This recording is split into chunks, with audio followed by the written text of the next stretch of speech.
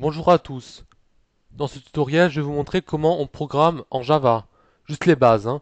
Alors pour ça, on va faire File, New, Java Project.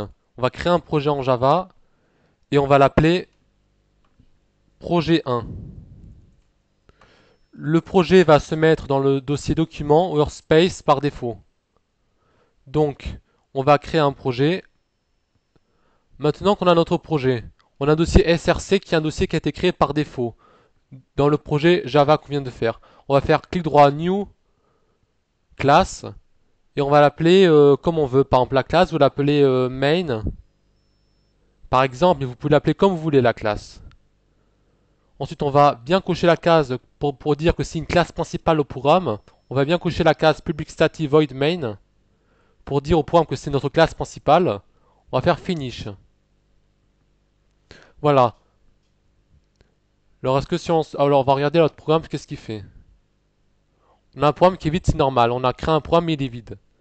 Alors, qu'est-ce que ça veut dire tout ça? Public class main. J'ai déclaré une classe qui s'appelle main. Et dedans, ici, donc tout ce qui est entre la première accolade et la dernière accolade qui se ferme, c'est ce qui est contenu dans la classe, qui est ici, la classe main. Ensuite, ça, c'est une méthode. Une méthode, c'est une fonction, c'est pareil.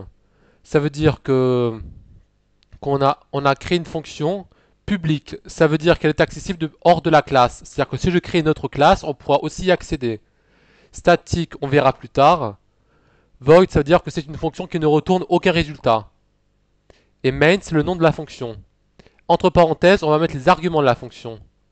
C'est-à-dire, la string, là on a un tableau de chaîne de caractères, parce que les crochets veulent dire que c'est un tableau.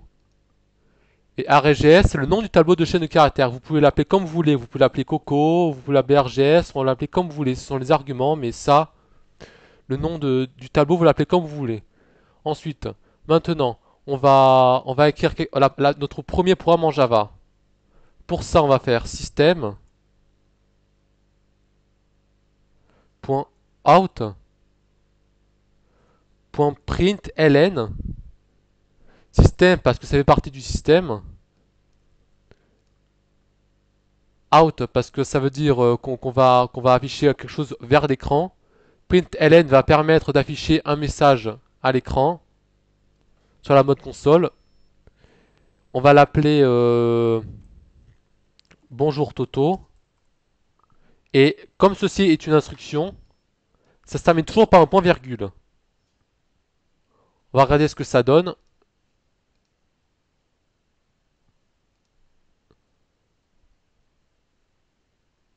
Apparemment, c'est le out qu'il faut marquer en minuscule.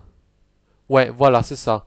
Parce que Java est sensible à la casse. Maintenant, ça marche. On a créé un premier programme et il s'appelle Bonjour Toto. Il est ici. Et parce que c'est ce qu'on vient d'écrire ici. Donc, voilà pour ce cours.